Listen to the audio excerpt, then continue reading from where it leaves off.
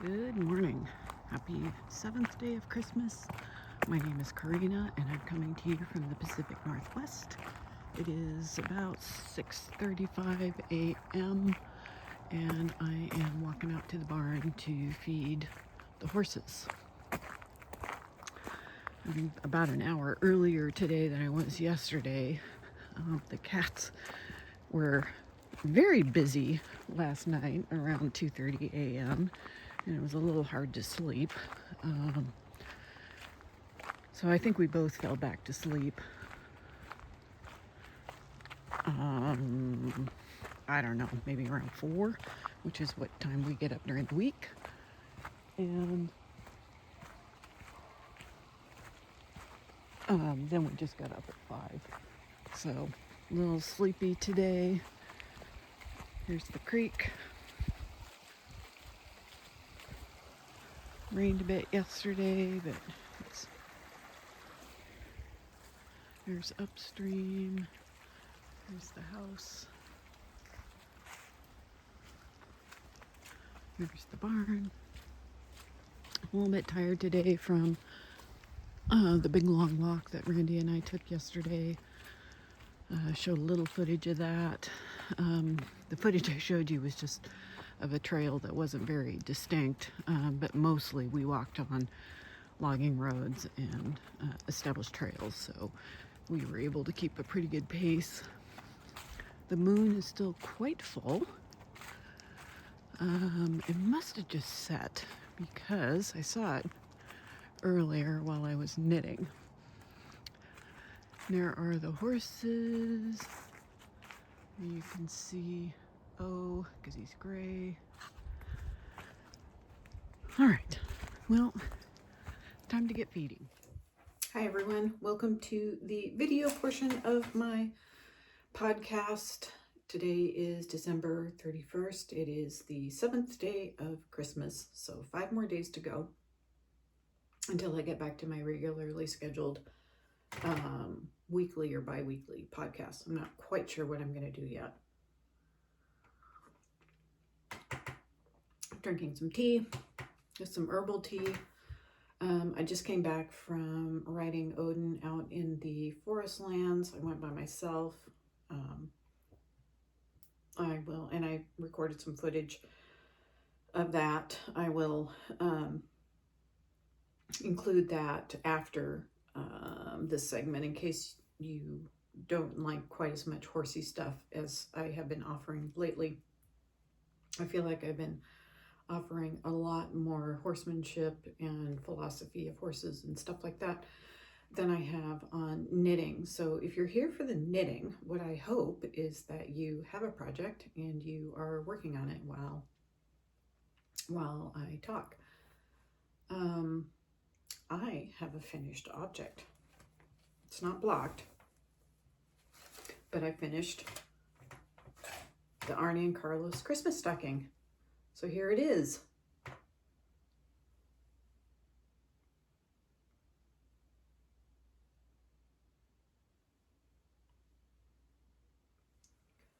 I will probably block it. Well, maybe I'll block it after I'm done with this and maybe show a photo of it after it's blocked for a later episode. So what this means is I can focus my attention. Since I got the socks done, the Nutcracker Advent socks done, excuse me, and I have the stocking done, I can focus on my other projects.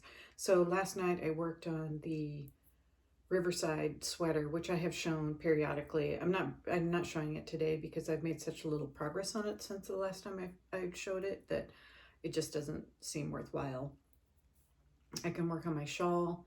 I can work on my sister-in-law's slippers that I was supposed to have done for her for Christmas, but fortunately she lives nearby, so I can finish that. And generally it just takes me a couple days of concentrated knitting to finish slippers. What else do I want to talk about? Yesterday I mentioned a book about Fair Isle knitting, and this is the book that will be in the show notes. So it is by it's Philosopher's Wool, and it is Anne and Eugene Bourgeois. They are Canadian, and they have a interesting chapter in their introduction of just how they got there. So it's a good book. I think you can buy it used, and this is where I learned to knit two-handed knitting or color stranded. There's a lot of patterns in here and tips for caring for your wool. And it talks about needle size and stuff like that. So highly recommend this book if you can get it. I'm pretty sure I bought it used. But you can get them in pretty good condition. And they have different sizes. They have kid sizes and stuff like that. And lots of color combinations. So lots of different patterns. Here's one. And it's basically kind of, and these are sewn sweaters or seamed sweaters for the most part. So there is how to, there must be a way showing how to purl in Colorwork, which a lot of people don't like to do that. A lot of people would rather steek. So in other words, when you knit in the round, but you do this like protective strip where you're going to cut. So you could do that for a cardigan. You could do that for sleeves. You could do it for a neckline if you want to. I have never steeked. I'm thinking about doing it. Part of it is that it seems to require sewing to steek, and I don't sew. Although I found a way to steek using crochet to help protect your seams, and that was by the Knitting Man, has that tutorial, and I will try to find that and link that in the show notes if you are interested. So I haven't looked at these patterns terribly closely. I've looked at the color combinations. So, well, here is an example of steeking. So cutting up the seam. So I could read this a little bit more to figure out how to do that. And there's just so many other patterns that it's really hard to focus on one thing. So anyway, that's the book. Pretty soon I'll get to cast on something else because, you know, eventually the projects that I have on my needles will be done, and that's always fun. I have a pretty good list of projects that I want to work on for 2024 that I already have yarn for, needles, and all set up. Hoping to do more sweater knitting in 2024. So I did a lot of sock knitting in 2023. So moving on to shawls, and actually I think ponchos. I like ponchos more than I like shawls. I don't mind shawls if I'm going to wear them as like a scarf. But if I'm going to have something that's actually a layer over my shoulders, I want it to be more of a poncho. So I'll think about that too. That's all I have for the knitting portion. I hope you are enjoying the 12 days of Christmas. The sun has come out, so it's cool. It's actually cooled down, so it's like in the mid 40s, which is a nice change from when it was 60 the other day.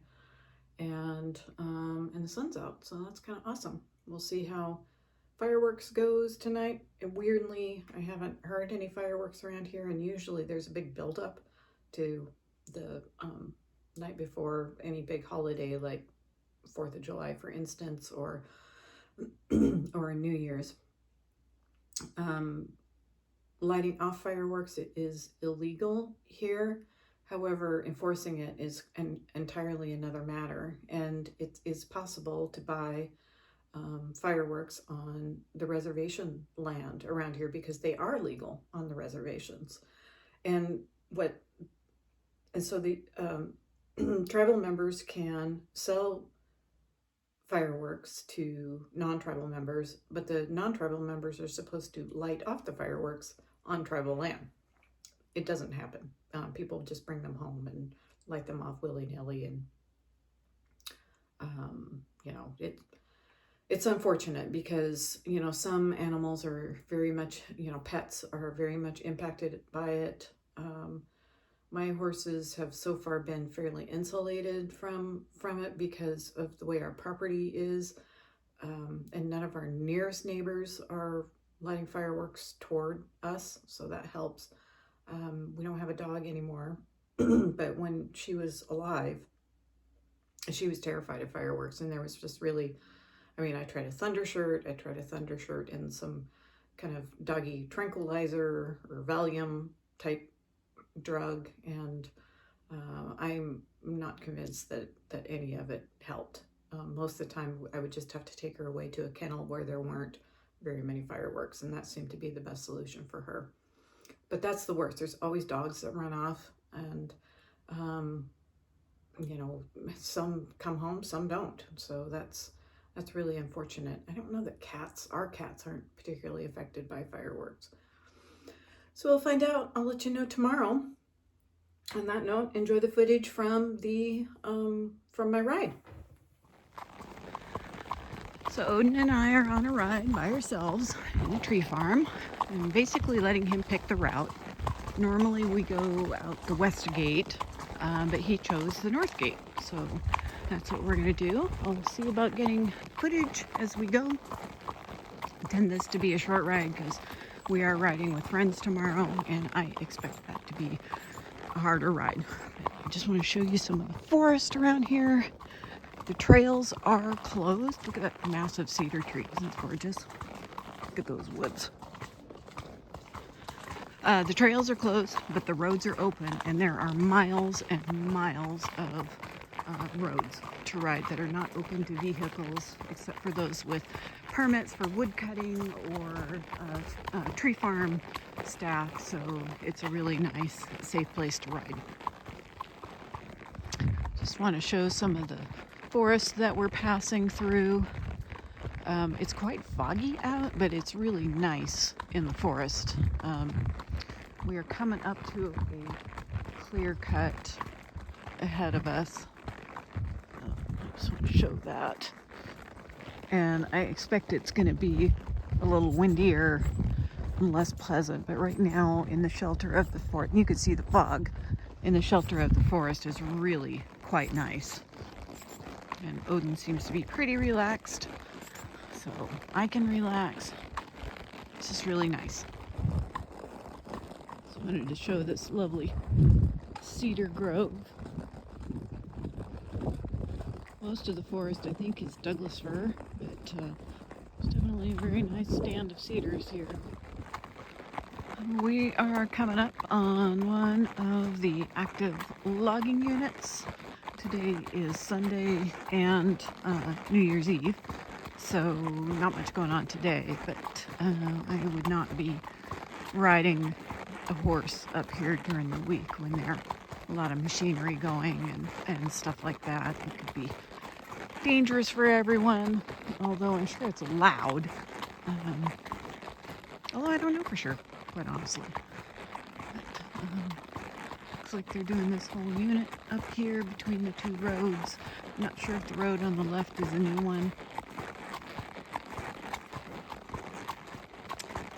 But they're definitely logging out yonder that way too. And I think we are gonna turn around at this point.